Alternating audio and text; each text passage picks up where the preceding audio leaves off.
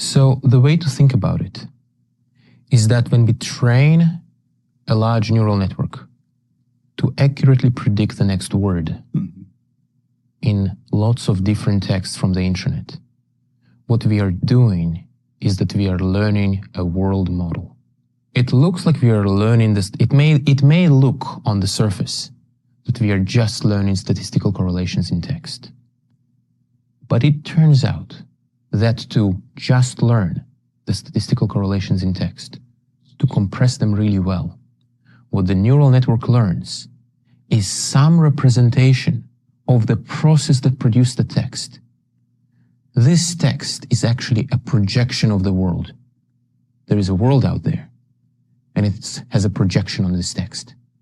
And so what the neural network is learning is more and more aspects of the world, of people, of the human conditions, their hopes, dreams, and motivations, their interactions and the situations that we are in.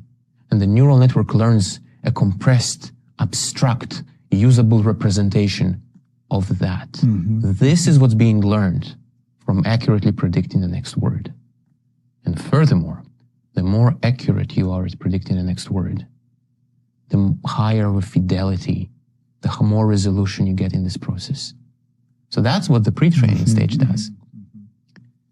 But what this does not do is specify the desired behavior that we wish our neural network to exhibit.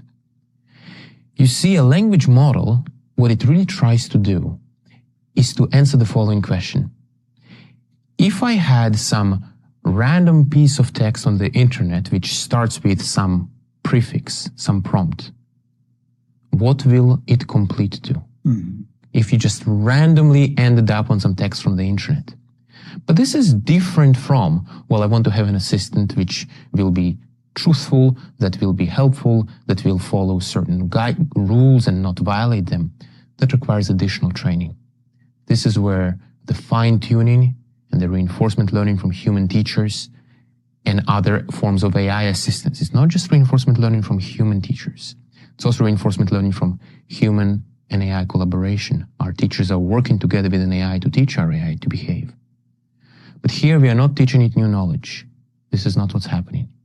We are teaching it. We are communicating with it. We are communicating to it what it is that we want it to be. And this process, the second stage, is also extremely important. The better we do the second stage, the more useful, the more reliable this neural network will be. So the second stage is extremely important too, in addition to the first stage of the learn everything